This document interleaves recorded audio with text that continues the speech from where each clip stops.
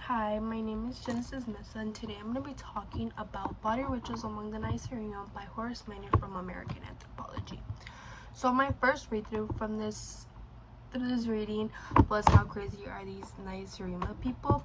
They have these crazy rituals where they think these medicine men are giving them ingredients to magic potions and that they make themselves. Also, the obsession with the mouth, with their looks and everything. Like, they say that they do this one thing where it's important, supposedly increases their beauty. They drill a hole into their mouth and they put more magic potions into it. Whatever these magic potions are. But my second read through, I realized I'm like, this has to do something with Americans because it's Nacirema is American backwards, and it's just, this whole reading is just a mockery of Americans and how Americans are so obsessed with how they look and how they appear to everyone. And they were just saying how crazy these things that Americans do sound to other people. Reading it as an American, I would think, damn, they are crazy. And they talk about how, like, even men and women alike go to the hospital, but in this he calls them letispos, and he says ceremonies, but it's just like going into surgery to help. And he like says like women bake their heads in small ovens for an hour, which sounds kind of crazy obviously, but it's just like the equivalent of blow drying your hair, which I think is kind of crazy comparison, and how crazy it was to read this as an American. So I'm Mexican, and there's obviously some things that Mexican people do that Americans will view as strange or weird, and they're not very much practiced in American culture. Like, Mexicans are not afraid to show PDA in any way, shape, or form.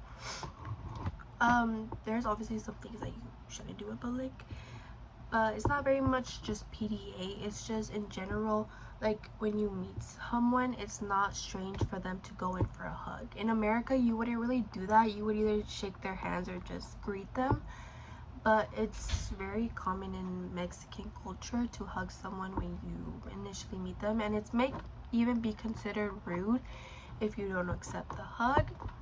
Also, something that Mexicans do is when they go anywhere, like let's say they go to a party, it is common courtesy to greet everyone in the party. And from what I have noticed in America, like going to like more American parties here, nobody greets each other when they first walk in. Like when I go to my family, we have to say hello and goodbye to everyone that is there.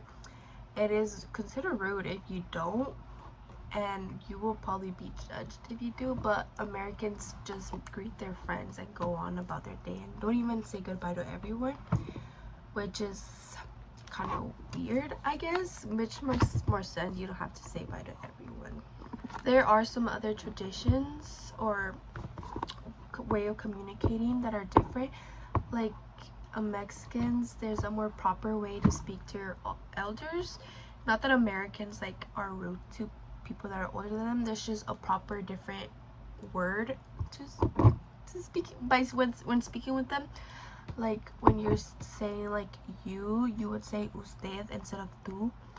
So it's something that would differ when speaking to someone who's among you or is your colleague than someone who is higher above you and someone like you view with more respect. It's just a way of being respectful towards them, and it has changed towards history.